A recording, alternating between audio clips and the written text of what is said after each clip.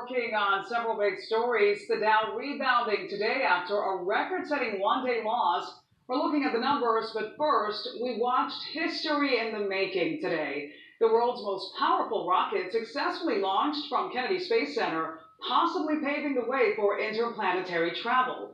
Spectrum News 9's Julie Gargata had a front row seat for the afternoon launch and has the highlights.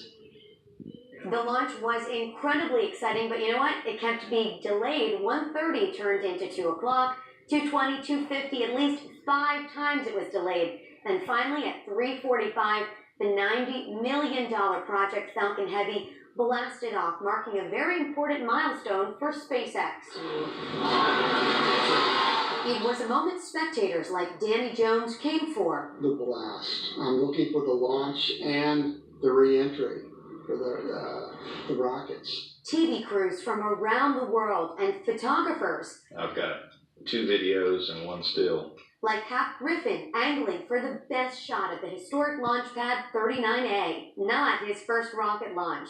This is probably 15 or 20, something like that. Griffin freelances for magazines and drove all the way from South Carolina to catch the moment. Anything to do with astronomy and space is what I'm all about. Around 3:45, the Falcon Heavy blasted off 27 engines, the thrust of 18 747 aircrafts, and the capability to carry a heavy payload towards the red planet. SpaceX founder Elon Musk put his own Tesla on board, equipped with 3 cameras to capture what he called epic views as it orbits Mars indefinitely.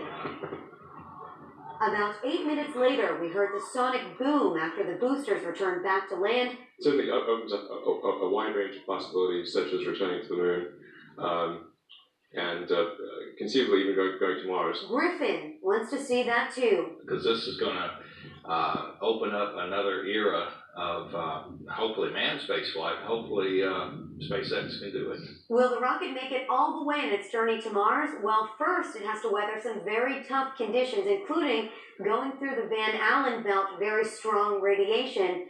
Only time will tell what we'll learn from this launch, but we'll tell you one thing, SpaceX is celebrating tonight.